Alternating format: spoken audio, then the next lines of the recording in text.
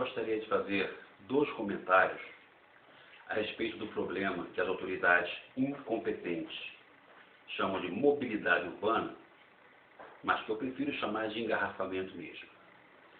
Primeiro comentário. Quando o metrô foi implantado no Rio de Janeiro, a linha 1 ligava a Tijuca, na Praça Sans Penha, bairro Nobre, a Botafogo, Zona Sul, bairro Nobre, passando pelo centro da cidade. Não foi extinta uma linha de ônibus sequer destes locais.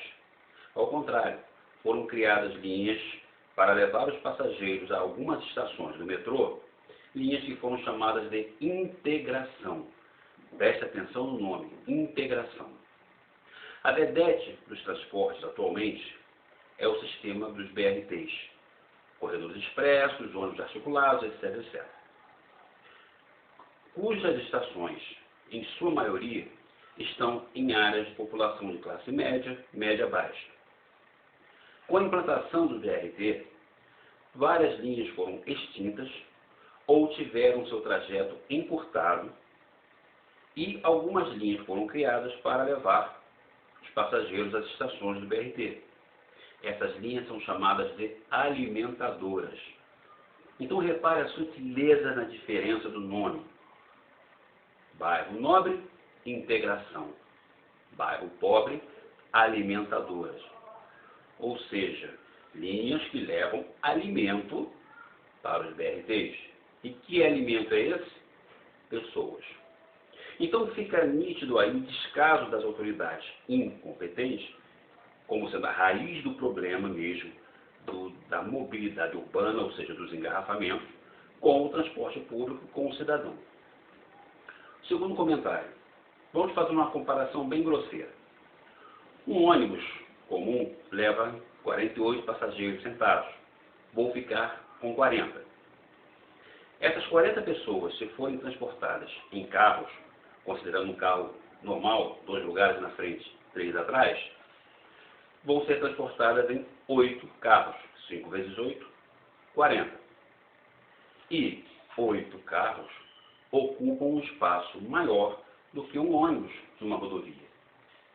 Agora, a gente sabe que é muito difícil os automóveis andarem com 5 pessoas. Normalmente, no máximo 3. Então, na média 2, essas 40 pessoas precisariam de 20 carros para serem transportados. E aí, vale lembrar a musiquinha dos elefantes. Se 8 carros ocupam mais espaço que um ônibus numa rodovia, 20 carros vão ocupar muito mais. Então fica óbvio para qualquer pessoa com o mínimo de inteligência que o que causa engarrafamento não são os ônibus, são os carros. Excesso de carros nas rodovias. E da onde vem esse excesso? Basicamente, 2 origens. A primeira, sob a ameaça das montadoras de demissões em massa, etc, etc, o governo criou facilitações, entre aspas, para que as pessoas adquirissem seu automóvel. Então, mesmo a gente pagando aqui automóveis mais caros do que similares lá fora, às vezes até produzidos aqui e vendidos lá fora por um preço menor, ficou menos difícil a pessoa adquirir um automóvel.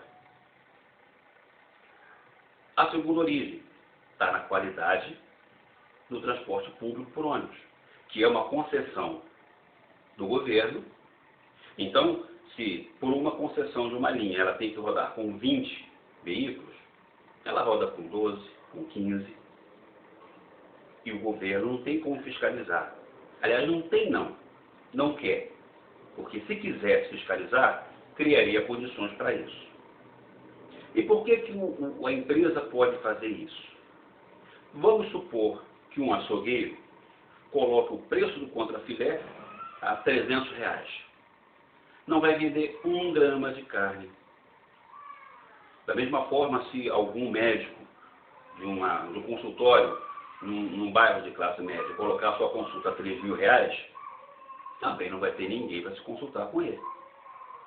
Mas por que as empresas fazem isso?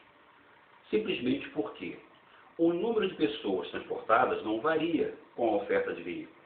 Se numa faixa de horário houver 5x pessoas precisando se deslocar, essa quantidade vai ser diluída em 20, em 15 ou em 12 veículos. Porque ninguém deixa de trabalhar porque o ônibus está lotado. Ninguém deixa de estudar porque o ônibus está demorando. A consequência são ônibus lotados e que demoram a chegar. Um intervalo entre um veículo e outro muito grande. Que as empresas justificam como ficou retido os engarrafamentos. Perfeito para elas. Então o cidadão passa a ter duas opções. Enfrentar o engarrafamento no ônibus lotado, dependendo de onde ele pega esse ônibus, trecho da linha, em pé, apertado e no calor, até porque o decreto que obrigaria as empresas a colocarem toda a frota com ar-condicionado no Rio de Janeiro foi amaciado, já não é assim, já não é bem assim.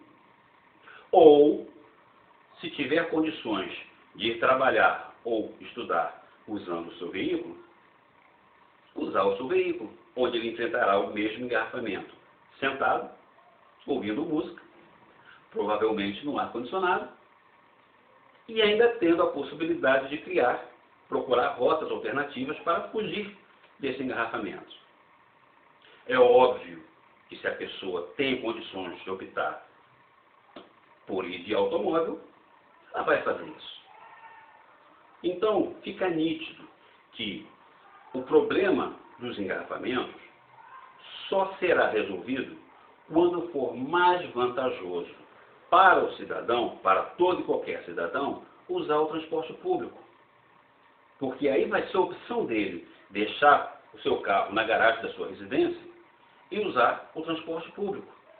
É isso que acontece em qualquer cidade desenvolvida, onde o problema de engarrafamento é praticamente nenhum ou mesmo nenhum. Transporte público que funciona. E aí, o que fazem as autoridades incompetentes no Rio de Janeiro? Extinguem linhas de ônibus. Linhas de ônibus estão sendo extintas, sobretudo as que ligam a Zona Norte à Zona Sul. Aí, o cidadão que depende da linha de ônibus e que até então poderia pegar uma única linha para ir do trabalho para casa ou vice-versa, agora terá que fazer uma baldeação. Obviamente, nessas condições com extensão de linha, o cidadão que, ainda que apertando um pouquinho daqui, um pouquinho dali, puder ir de carro, vai de carro. Isso terá como consequência mais automóveis nas ruas, que, como a gente viu, são os reais causadores dos engarrafamentos. Menos ônibus, mais carros, mais engarrafamentos. Parabéns, autoridades incompetentes. Parabéns. Obrigado.